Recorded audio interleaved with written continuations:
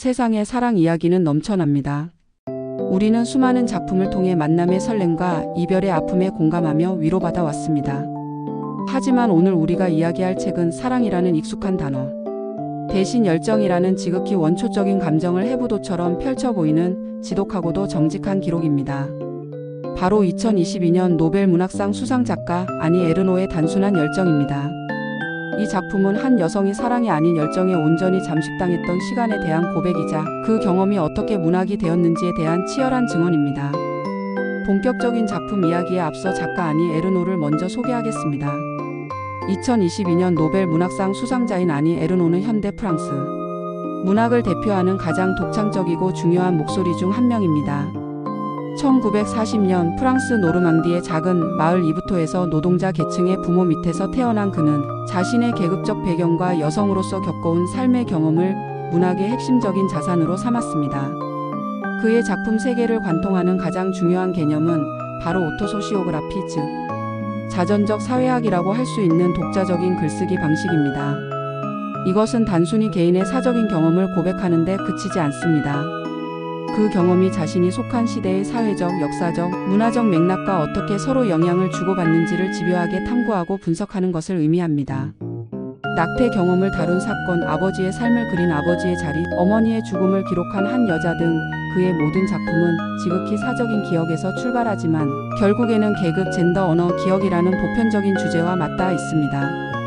에르노는 꾸밈없는 평평한 글쓰기, 즉 에크리티르 플라트를 통해 감상주의를 철저히 배제합니다.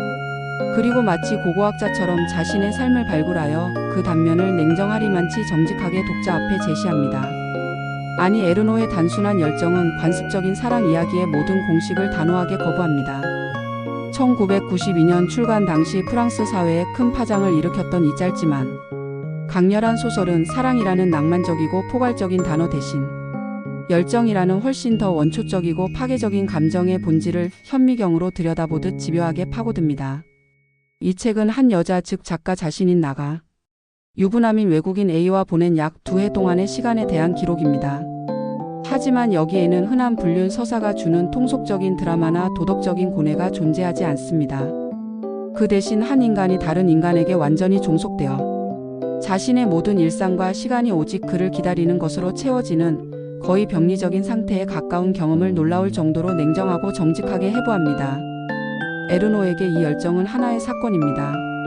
그것은 어느 날 갑자기 시작되어 그녀의 삶을 송두리째 점령했다가 또 어느 날 예고 없이 끝나버립니다.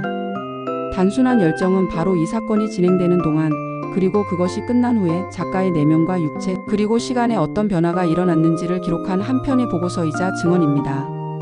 그녀는 수치심이나 자기 연민 없이 오직 그 열정 속에서 살았던 시간을 엄청난 사치였다고 선언하며 글을 시작합니다. 이 도발적인 문장은 독자들에게 익숙한 도덕적 잣대를 내려놓고 한 여성이 경험한 욕망의 순수한 형태를 있는 그대로 마주할 것을 요구합니다. 소설 속 나는 지적인 여성이자 교수이며 작가이지만 A를 기다리는 동안 그녀의 모든 사회적 정체성은 무의미해집니다. 그녀는 오직 기다리는 여자, 그의 전화와 방문만을 유일한 삶의 목적으로 삼는 존재로 환원됩니다. 이처럼 단순한 열정은 사랑의 신화를 해체하고 그 자리에 한 여성이 온몸으로 겪어낸 욕망의 생생한 연대기를 세워놓습니다. 이제부터 우리는 에르노의 담담하고도 예리한 문장을 따라 열정이라는 이름의 그 격렬했던 시간 속으로 들어가 보겠습니다. 아니 에르노의 단순한 열정에서 열정은 낭만적인 사랑과 명확하게 구분됩니다. 그것은 두 인격체의 상호 교감이 아니라 한쪽이 다른 한쪽에게 일방적으로 흡수되고 종속되는 상태에 가깝습니다. 소설의 화자인 나는 유부남인 외국인 A와의 관계 속에서 자신의 삶 전체가 오직 하나의 행위, 즉 기다림으로 수렴되는 경험을 합니다. 이 기다림은 단순한 행위가 아니라 그녀의 존재 방식 그 자체가 됩니다. 그녀의 시간은 더 이상 연속적인 흐름이 아닙니다. A의 방문과 다음 방문 사이의 공백, 그의 전화와 다음 전화 사이의 끝없는 대기 시간으로 잘게 분절됩니다. 이 시간 동안 그녀의 일상은 완벽하게 마비됩니다. 친구와의 약속도, 지적인 활동도, 심지어 식사와 수면 같은 기본적인 생리 활동조차도 A의 갑작스러운 연락 가능성 앞에서 부차적인 것으로 밀려납니다. 에르노는 이 기다림의 상태를 병리적일 만큼 상세하고 집요하게 묘사합니다. 그녀는 마치 인류학자가 미지의 부족을 관찰하듯 열정에 사로잡힌 자기 자신을 관찰하고 기록합니다. 예를 들어 그녀는 A가 올지도 모른다는 생각에 집을 떠나지 못하고 늘 완벽한 모습으로 준비된 상태를 유지하려 애씁니다. 그의 차 소리와 비슷한 소리가 들릴 때마다 심장이 내려앉고 전화벨이 울리면 그것이 A의 전화이기를 간절히 바라며 수화기를 듭니다. 그의 부재 시에는 그가 남긴 흔적들, 예컨대 침대 시트의 냄새나 재떨이에 남은 담배꽁초를 통해 그의 존재를 필사적으로 붙잡으려 합니다. 이러한 묘사는 독자에게 감상적인 공감을 유발하기보다는 한 인간이 특정 대상에 대한 집착으로 인해 어떻게 자신의 주체성을 상실하고 세계로부터 고립되어 가는지를 보여주는 임상 보고서처럼 느껴집니다. 그녀의 세계는 A라는 단 한 사람을 중심으로 재편되며 그 외의 모든 것은 의미를 잃고 배경으로 물러납니다. 이 열정의 가장 큰 특징은 그것이 미래를 향하지 않는다는 점입니다. 나는 A와의 행복한 미래를 꿈꾸거나 그가 아내와 이혼하고 자신에게 오기를 기대하지 않습니다. 그녀는 이 관계에 어떤 결과도 어떤 발전도 없다는 것을 명확히 인지하고 있습니다. 그녀에게 중요한 것은 오직 지금 여기에서의 그의 현존, 즉 그와 함께 보내는 육체적인 시간뿐입니다. 이처럼 미래가 거세된 열정은 순수하지만 동시에 극도로 파괴적입니다. 그것은 삶을 앞으로 나아가게 하는 동력이 아니라 현재라는 시간 속에 스스로를 가두고 소진시키는 힘으로 작용합니다.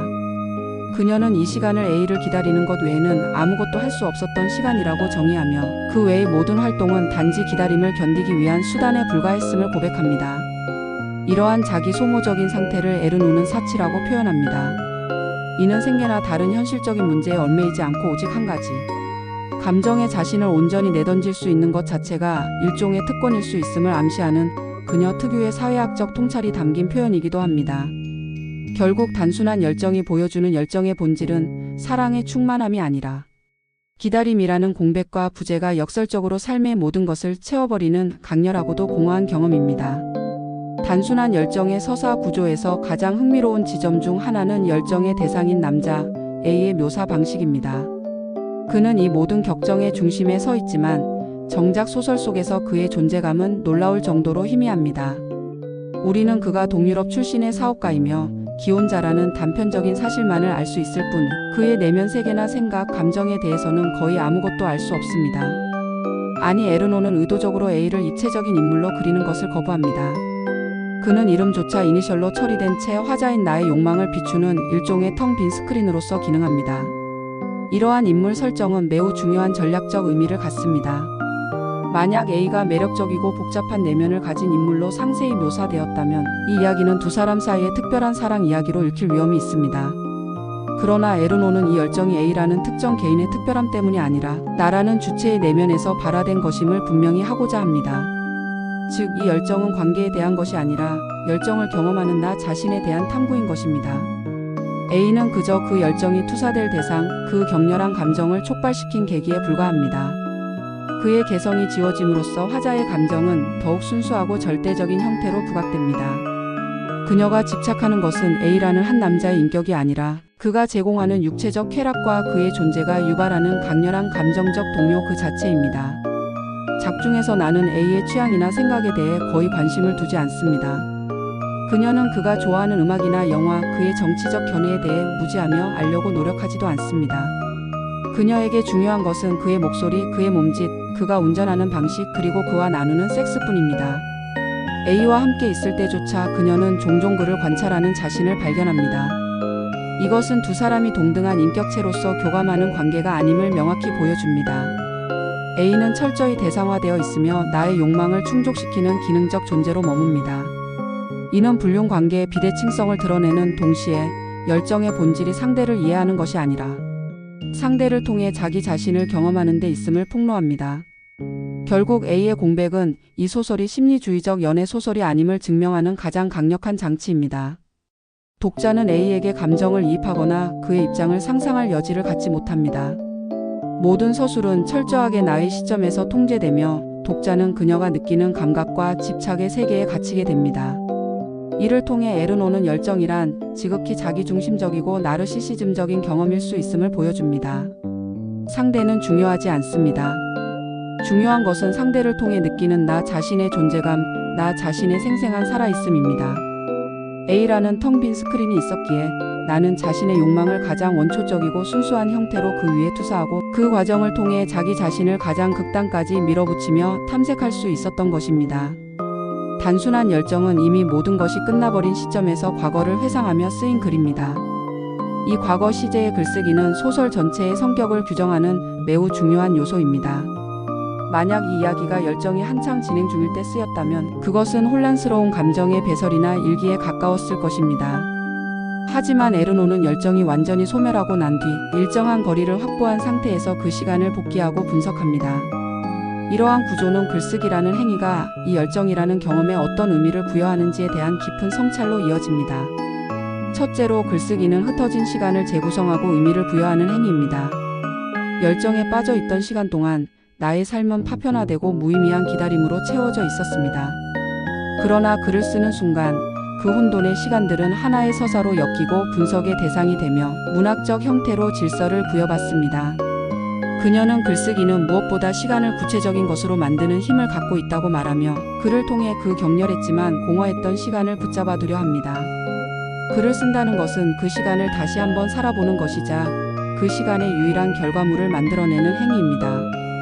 A는 떠나고 아무것도 남지 않았지만 이 책 단순한 열정은 그 시간의 실질적인 증거물로 남게 됩니다. 둘째로, 글쓰기는 수치심에 맞서 자신의 경험을 정당화하고 보편성을 획득하는 정치적 행위입니다. 사회적 통념으로 볼 때 지적인 여성이 유부남과의 육체적 쾌락에 탐닉하며 자신의 삶을 내팽개치는 것은 수치스러운 일로 여겨질 수 있습니다. 그러나 에르노는 자신의 경험을 숨기거나 미화하지 않고 오히려 그것을 가장 정직하고 적나라한 언어로 공표합니다. 그녀는 글의 서두에서 어떤 삶의 방식을 택하든 그것을 완전히 감당할 수만 있다면 그 방식에 대한 우월감이나 열등감을 느낄 필요가 없다고 선언합니다. 이는 자신의 경험을 개인적인 일탈로 치부하지 않고 인간이 겪을 수 있는 보편적인 열정의 한 형태로 제시하겠다는 의지의 표명입니다. 글쓰기를 통해 그녀는 자신의 사적인 경험을 공적인 영역으로 끌어내고 독자들로 하여금 자신의 경험을 비추어 보게 함으로써 개인의 수치심을 넘어선 집단적 이해와 공감을 모색합니다. 마지막으로, 글쓰기는 열정 그 자체를 대체하는 또 다른 형태의 열정이 됩니다.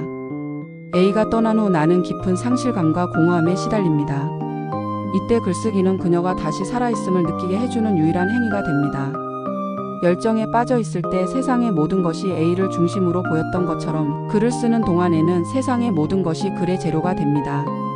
슈퍼마켓에서 물건을 고르는 행위, 텔레비전 뉴스를 보는 행위조차도 과거의 그 시간을 상기시키는 기호로 작용합니다. 그녀는 글쓰기를 통해 과거의 열정을 재현하고 그 강렬했던 감각을 언어 속에서 되살려냅니다. 이런 의미에서 글쓰기는 A와의 열정이 끝난 자리를 메우는 또 다른 종류의 집착이자 열정이라고 할 수 있습니다. 그것은 상실을 애도하는 방식이자 상실을 통해 새로운 창조를 이끌어내는 생산적인 행위로 승화됩니다. 결국 단순한 열정은 열정에 대한 이야기인 동시에 그 열정을 글로 쓰는 행위 자체에 대한 치열한 메타픽션이기도 한 것입니다. 아니, 에르노의 작품 세계를 논할 때 결코 빼놓을 수 없는 것이 바로 그녀의 독특한 문체, 즉 에크리티르 플라트, 우리말로 옮기면 평평한 글쓰기 혹은 밋밋한 글쓰기라고 불리는 스타일입니다. 단순한 열정은 이러한 문체의 힘이 가장 극명하게 드러나는 작품 중 하나입니다. 열정이라는 이름만 들어도 뜨겁고 격정적인 감정을 다루면서 에르노는 역설적으로 모든 감정적 수사와 문학적 장치를 의도적으로 거세한 지극히 건조하고 객관적인 언어를 사용합니다. 이는 독자에게 매우 낯설고 때로는 불편하게 느껴질 수 있지만 그녀의 문학적 프로젝트를 이해하는 데 있어 가장 핵심적인 열쇠입니다. 이 평평한 글쓰기의 목적은 감상주의를 철저히 배제하고 사실의 힘을 극대화하는 데 있습니다. 에르노는 아름다운 비유나 화려한 문장, 등장인물의 내면을 상세히 파고드는 심리 묘사가 오히려 진실을 가리는 장막이 될 수 있다고 믿습니다. 대신 그녀는 마치 사회학자나 고고학자처럼 자신의 경험을 구성하는 사실들, 행동들, 사물들을 있는 그대로 가치 판단 없이 목록화하고 제시합니다. 예를 들어 그녀는 A를 기다리며 느꼈던 애틋함이나 절망감을 구구절절 설명하는 대신 나는 슈퍼마켓에 갈 때면 언제나 그가 갑자기 저녁에 찾아올 경우에 대비해 위스키 한 병과 맛있는 과자를 사두었다와 같이 구체적인 행동을 묘사합니다. 이 문장은 감정적 표현이 전혀 없지만 오히려 그 때문에 A의 방문이 그녀의 일상을 얼마나 절대적으로 지배했는지를 더욱 강력하고 서늘하게 전달합니다. 또한 이러한 문체는 작가 자신과 경험 사이의 비판적 거리를 확보하는 장치로 기능합니다. 에르노는 자신의 가장 내밀하고 때로는 수치스러운 경험을 다루면서도 자기 연민이나 자기 정당화의 함정에 빠지지 않습니다. 그녀는 열정에 휩싸인 과거의 나를 마치 타인처럼 연구 대상처럼 바라봅니다.